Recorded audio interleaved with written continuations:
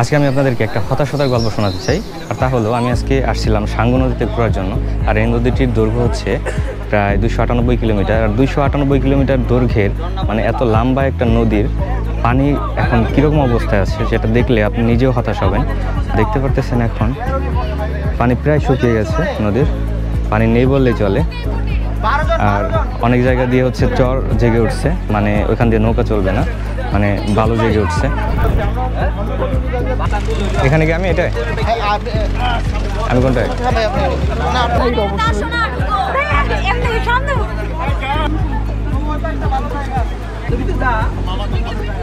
মোটেও মনে হচ্ছে না যে বোটটা অ্যাকুরেট চলতে পারবে, কারণ পানি খুবই কম, খুবই অল্প পানি। আর অত অল্প পানিতে বোট চলতে একটু অসুবিধা হওয়ারই কথা।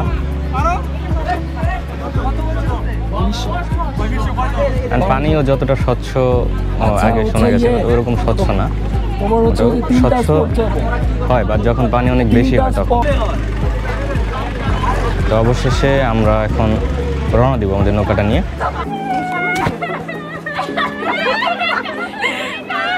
হচ্ছে কান্নাকাটি শুরু হয়ে গেছে মেয়েদের, কারণ তাদের হচ্ছে ওই কি যেন থাকে একটা, ওটা অনেক ছোট হয়, হার্ট।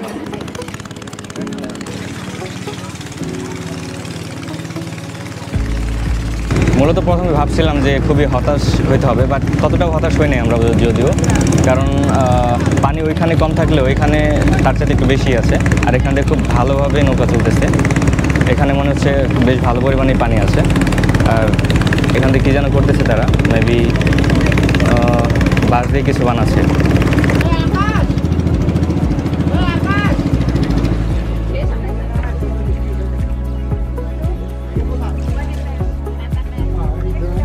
কি আমাদের এ পর্যন্তই ছিল? আমাদের নৌকাটা হচ্ছে এখানে থামছিল তেল নেওয়ার জন্য, তেল নেওয়া শেষ। আর এখানে আরেকটা জিনিস জানতে পারলাম, এখানে হচ্ছে তামাক পাতার চাষ হয়, পিছনে দেখতে পাচ্ছেন। তেল নেওয়া শেষ, এখন আবার উঠে পড়বো আমরা। ওকে, আমি এখানে বসি। হ্যাঁ, সো আবার উঠে পড়লাম, তেল নেওয়া শেষ। আবার সামনের দিকে এগোবো আমরা, সামনের সৌন্দর্যটাকে উপভোগ করার জন্য। টানা ওকে, আবার স্টার্ট হয়ে গেছে আমাদের নৌকাটা। আমরা সোজা চলে যাব, এরা ব্যাক করতেছে। জানি না কতক্ষণ লাগবে, বাট দেখতেছি ফার্স্ট টাইম আমাদের স্টার্টিং।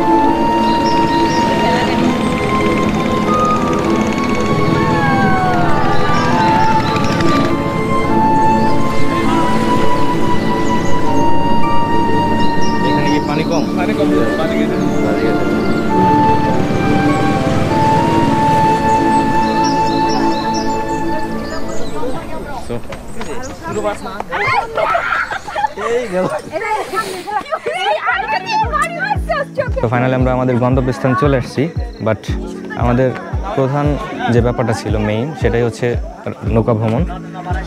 নৌকা ভ্রমণ করতে করতে একটা জঙ্গলের মধ্যে আমাদেরকে নিয়ে আসছে। এখানে কি লেখা আছে, দুর্ঘটনা প্রবণ এলাকা। এখানে এটা হচ্ছে দুর্ঘটনা প্রবণ এলাকা, এখানে খুব সাবধানী কেয়ারফুলি চলতে হবে। তো এখানে দেখার মতো জঙ্গল ছাড়া আর কিছুই মনে হচ্ছে না যে আছে। ভাই কি অবস্থা? হুজুর হোয়াটসঅ্যাপ? আলহামদুলিল্লাহ, খুব বাজে জায়গা। বাজে জায়গা? আবার একটু দেখেন। ওয়াও, জঙ্গল। এখানে একটা ঝর্ণা আছে মেবি, হ্যাঁ ঝর্ণা আছে একটা, বাট খুবই ছোট ঝর্ণা। এটা মেবি অন্য কোনো সিজনে আসলে বড় আকারে দেখা যায়, বাট আমরা এখন মেবি রং সিজনে চলে আসছি, সেই জন্য ঝর্ণাটা খুবই ছোট মনে হচ্ছে।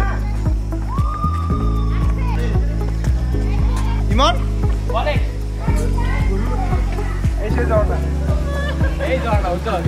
অন্ধকার হয়ে গেছে।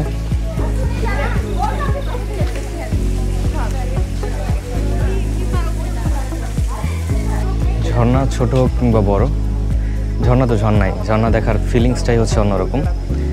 এখানের ঝর্ণাটা ছোট বাট ভালো লাগতেছে, সত্যি কথা বলতে খুবই ভালো লাগতেছে। আসলে মূলত এই পর্যন্ত আসার পরে মনে হচ্ছে যে আসলে হতাশার কিছু নাই, রাইডটা সুন্দর। ঝর্ণা দেখা শেষ, এখন আবার চলে যাব ওখানে নদীর পাড়ে। নদীর পাড়ে যাওয়ার জন্য হচ্ছে সেম রাস্তা দিয়ে যাইতে হয় যেটা দিয়ে আসছিলাম।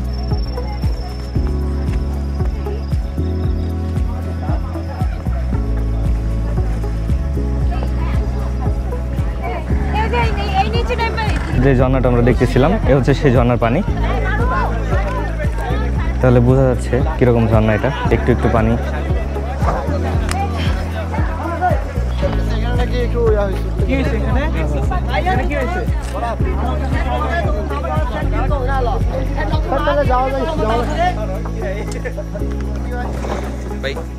গাছগুলো ছিল না সব আছে? হ্যাঁ সবাই আছে।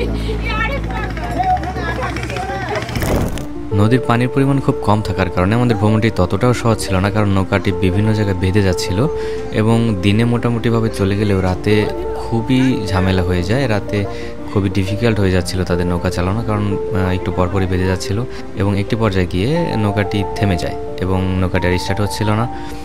আর আমরা সবাই খুব আতঙ্কে পড়ে গেছিলাম, সবাই ভাবছিলাম হয়তো বা ডাকাত অ্যাটাক করেছে কিনা, এবং পরে জানতে পারি যে না, নৌকাতে আসলে তেল শেষ হয়ে গিয়েছে। এবং পরে আলহামদুলিল্লাহ তেলের ব্যবস্থা হয়ে যায় এবং আমরা খুব ভালোভাবে পৌঁছাতে পারি। তো ভিডিওটা এই পর্যন্ত দেখার জন্য সবাইকে ধন্যবাদ, আর পরবর্তী ভিডিও দেখার জন্য অবশ্যই চ্যানেলটি সাবস্ক্রাইব করে রাখেন। ধন্যবাদ, বাই বাই।